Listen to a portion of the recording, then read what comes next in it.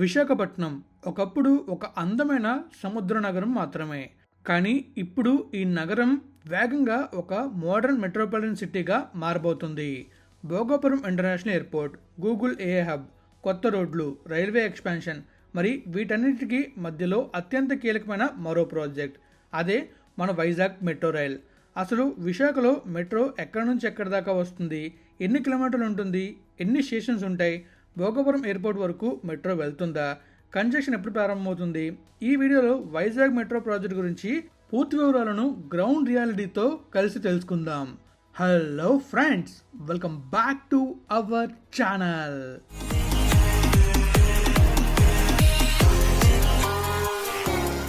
Friends, ఎందుకు కష్టపడి video చేస్తున్నా? వీడియో నచ్చితే లైక్ చేయలేరా? మన ఛానల్ని సబ్స్క్రైబ్ చేయలేరా? చేశారా? చేశాను ఉంటారు. పదండి బ్లాగ్లోకి వెళ్దాం. ఫ్రెండ్స్, మనందరూ తెలిసిందే కదా మన వైజాగ్కి మెట్రో ఎంత అవసరం అనేది. మన విశాఖపట్నం నగరం ప్రస్తుతం చాలా వేగంగా ఎక్స్పాండ్ అవుతుంది.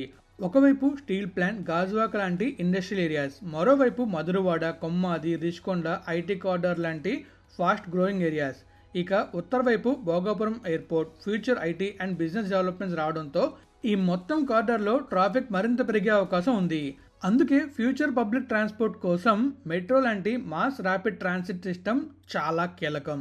ఇప్పుడు అసలు ముఖ్యమైన విషయం, మెట్రో రూట్ ఎక్కడి నుంచి ఎక్కడి దాకా వెళ్తుంది. ప్రస్తుత డిపిఆర్లో ఫేజ్ 1గా 3 ప్రధాన కారిడార్లు ఉన్నాయి. కారిడార్ 1 వచ్చేసి స్టీల్ ప్లాంట్ నుంచి కొమ్మ జంక్షన్ వరకు ఉంటుంది. ఇది మన వైజాగ్ మెట్రోలో అత్యంత పొడవైన ప్రధాన కారిడార్. స్టీల్ ప్లాంట్ ప్రాంతం నుంచి ప్రారంభమై గాజువాక, ఎన్ఏడి వైపు నగరంలోని ముఖ్యమైన ప్రాంతాల మీదుగా కొమ్మాది వరకు వెళ్లేలా ప్రతిపాదించారు. ఈ కారిడార్ లెంత్ వచ్చేసి దాదాపుగా 34.4 కిలోమీటర్స్ అయితే ఉంటుంది. అలానే ఇందులో మొత్తం 29 స్టేషన్లు అయితే ప్రతిపాదించారు. కారిడార్ 2 వచ్చేసి గురుద్వార్ జంక్షన్ నుంచి ఓల్డ్ పోస్ట్ ఆఫీస్. ఇది నగరంలోని సెంట్రల్ బిజినెస్ ఏరియాని కనెక్ట్ చేసే షార్ట్ కారిడార్. దీని పొడవు సుమారు 5 కిలోమీటర్లు మరియు 6 స్టేషన్లు ప్రతిపాదించారు. కారిడార్ 3 వచ్చేసి తాడిచెట్లపాలెం నుంచి చిన్నవాళ్ళతేరు, ఆర్కే బీచ్. మూడో కారిడార్ తాడిచెట్లపాలెం నుంచి చిన్నవాళ్ళతేరు, ఆర్కే బీచ్ వైపు కనెక్టివిటీ ఇవ్వనుంది.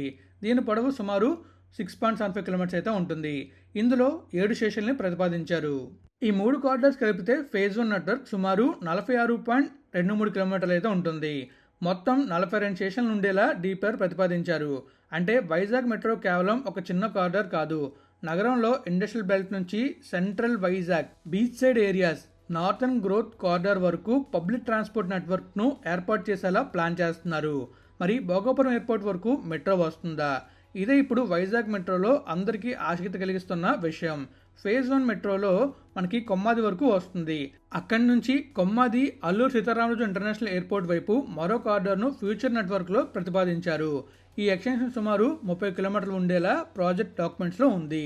అంటే ఫ్యూచర్లో విశాఖపట్నం సిటీ నుంచి మన అల్లూరు సీతారామరాజు ఇంటర్నేషనల్ ఎయిర్పోర్ట్ వరకు ఒకే కంటిన్యూస్ మెట్రో కనెక్టివిటీ ఏర్పడే అవకాశం ఉంది. ఇది పూర్తయితే వైజాగ్ ఎయిర్పోర్ట్ కనెక్టివిటీలో ఇది చాలా పెద్ద మార్పు తీసుకొస్తుంది. మెట్రో ఎలా నిర్మించబోతున్నారు? వైజాగ్ మెట్రో ప్రధానంగా ఎలివేటెడ్ స్ట్రక్చర్ను ఉపయోగించేలా ప్రణాళిక ఉంది. అంటే రోడ్డు మీద కాకుండా పిల్లర్స్ మీద మెట్రో వైడక్ట్ నిర్మించి దాని మీద ట్రైన్స్ ప్రయాణిస్తాయి. ఇలా చేయడం వల్ల ఎగ్జిస్టింగ్ రోడ్ నెట్వర్క్ పూర్తిగా మూసివేయాల్సిన అవసరం తగ్గుతుంది. వైజాగ్ మెట్రోలో ప్రత్యేకత ఏంటి? వైజాగ్ మెట్రో ప్రాజెక్ట్లో మరో ఇంట్రెస్టింగ్ ఫ్యూచర్ ఉంది. డబుల్ డెక్కర్ లేదా ఫ్లైఓవర్ ఇంటిగ్రేషన్. ట్రాఫిక్ ఎక్కువగా ఉన్న కొన్ని NH16 కారిడార్స్లో, అంటే మన సిటీ నుంచి వెళ్తున్న NH16లో కింద రోడ్ ట్రాఫిక్, పైన మెట్రో లేదా ఇంటిగ్రేటెడ్ ఫ్లైఓవర్ ప్లస్ మెట్రో స్ట్రక్చర్గా ఇన్ఫ్రాస్ట్రక్చర్ను డెవలప్ చేసే ప్రపోజల్ ఉంది. దీంతో ఒకే కారిడార్లో రోడ్ కెపాసిటీని పెంచుతూ మెట్రో కనెక్టివిటీని తీసుకురావాలనే ఆలోచన ఉంది. మెట్రో రావడం వల్ల ఏ ప్రాంతాలకు ఎక్కువ ప్రయోజనం? మెట్రో వచ్చిన తర్వాత ఎక్కువగా బెనిఫిట్ అయ్యే ఏరియాస్లో steel plant, Gajuwaka, NAD, Maddilapalem, MBP colony, Tadichetlapalem, Chinnawaltair, Madhurawada, Kommadi మరియు ఫ్యూచర్ ఎక్స్పాన్షన్లో భోగాపురం ఇంటర్నేషనల్ ఎయిర్పోర్ట్ కారిడార్.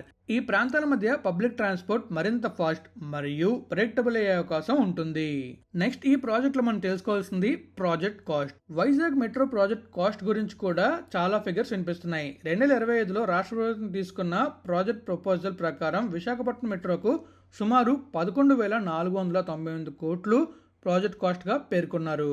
అయితే project scope, phase, financing structure మారుతున్నప్పుడు కాస్ట్ ఫిగర్స్ కూడా మారే అవకాశం ఉంటుంది. కాబట్టి ప్రస్తుతం మనం 11,498 కోట్ల ఫిగర్ను రిపోర్టెడ్ ప్రాజెక్ట్, ఎస్టిమేటెడ్ ప్రాజెక్ట్ మాత్రమే చూడాలి. ఫైనల్ ఇంప్లిమెంటేషన్ కాస్ట్ను అధికారిక తాజా శాంక్షన్ టెండర్ డాక్యుమెంట్స్ ఆధారంగా నిర్ధారించాలి.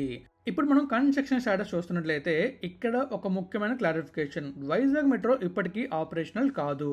ప్రాజెక్ట్ ఇంప్లిమెంటేషన్కు సంబంధించిన స్టడీస్, ప్లానింగ్, డిపిఆర్ ఫండింగ్ మరియు ఎగ్జిక్యూషన్ రిలేటెడ్ ప్రాసెస్ కొనసాగుతున్నాయి. 2026లో కూడా ప్రాజెక్టును వేగవంతం చేయడానికి రాష్ట్ర ప్రభుత్వం ప్రయత్నాలు చేస్తున్నట్లు రిపోర్ట్స్ వచ్చాయి. మాక్సిమం 2026లోని ఈ ప్రాజెక్ట్ స్టార్ట్ అయ్యే అవకాశం ఉంది.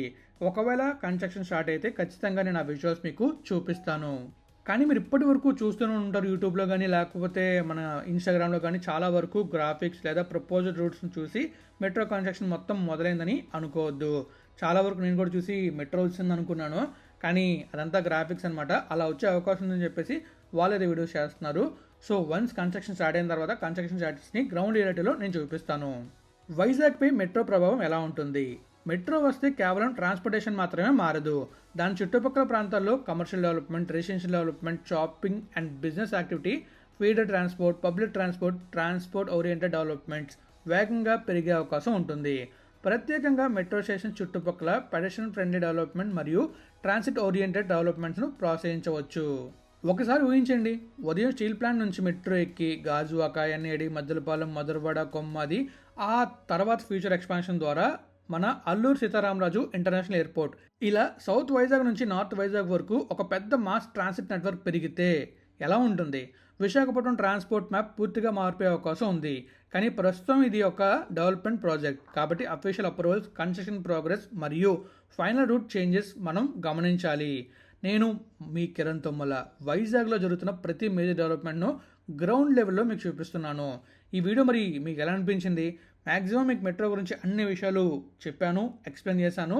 ప్రజెంట్ కన్స్ట్రక్షన్ స్టాటస్ జరిగిందా లేదా, అవుతుందా లేదా, ప్రస్తుతం మెట్రో పరిస్థితి ఎక్కడి వరకు వచ్చింది, ఈ విషయాలన్నీ చాలా క్లియర్గా చెప్పా అనుకుంటున్నాను. మరి మీకు కనుక ఈ వీడియో నచ్చితే ఖచ్చితంగా కామెంట్ చేయండి. అలానే మీకు వైజాగ్ మెట్రోలో ఏ రోడ్ గురించి డీటెయిల్ వీడియో కావాలో కామెంట్ చేయండి. నేను మీకు ఈ వీడియో మ్యాప్ వ్యూలో చూపించలేదు, అప్కమింగ్ వీడియో చేసేటప్పుడు ఖచ్చితంగా మ్యాప్ వ్యూలో చాలా డీటెయిల్గా చూపిస్తాను. అండ్ ఇలాంటి వైజాగ్ డెవలప్మెంట్స్ కోసం మీరైతే మన కిరణ్ తొమ్మల ఛానల్ సబ్స్క్రైబ్ చేసి నోటిఫికేషన్ బార్ నాలో పెట్టుకోండి. సో ప్రతి వీడియోని మిస్ అవ్వకుండా చూస్తారు. సో మరి ఇంకా మనమైతే వీడియోని ఇక్కడితో ఎండ్ చేస్తున్నాం. మీకు వీడియో నచ్చితే తెలుసు కదా, లైక్ చేయండి, షేర్ చేయండి. ఇలాంటి వీడియోస్ మరిన్ని చూడాలనుకుంటే సబ్స్క్రైబ్ చేసి ఫాలో అయిపోండి. Thank you friends, thank you for all support. Always have a safe and happy drive. Thank you, take care, bye.